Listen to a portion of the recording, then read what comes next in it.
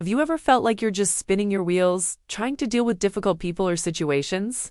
It's exhausting, right?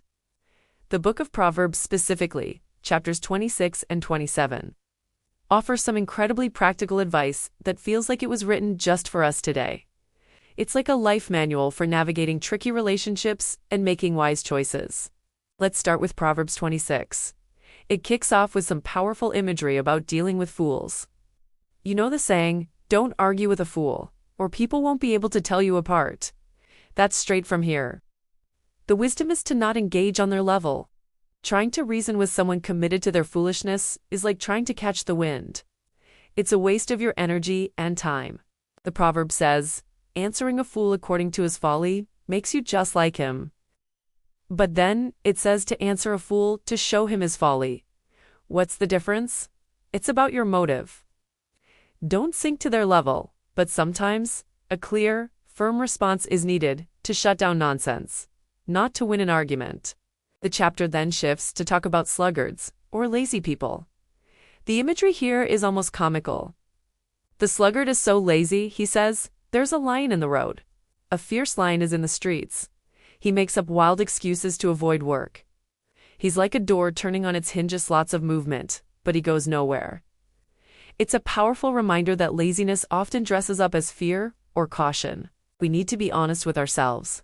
Are our excuses legitimate, or are we just avoiding the hard work required to move forward? Then we get to the topic of gossip and slander. Proverbs 26 compares a troublemaker to someone who starts a fire. It's like a fire dies down without wood. Quarrels cease when the gossip stops. It's a call to be a peacemaker, not a fire starter. Words have immense power. They can build people up or tear them down. And gossip, it says, is like a tasty morsel. It goes down easy, but causes deep damage. This challenges us to be mindful of the conversations we participate in and the words we choose to speak. Now, let's move into Proverbs 27. This chapter is a treasure trove of wisdom about friendship, self-awareness, and planning for the future. It starts with the famous line, "Do not boast about tomorrow, for you do not know what a day may bring." This isn't about being pessimistic, it's about being present. It encourages us to live fully today, to appreciate the now, and to hold our plans with humility, knowing that life is unpredictable. Then comes one of my favorite verses on friendship. As iron sharpens iron, so one person sharpens another. Think about that. True friends don't just flatter you. They challenge you. They push you to be better. They help you grow. A real friend is willing to have the tough conversations. The verse says, "Faithful are the wounds of a friend, but profuse are the kisses of an enemy." A friend who tells you a hard truth is showing you more love than someone who only tells you what you want to hear. Who are the iron-sharpening friends in your life? Take a moment to appreciate them.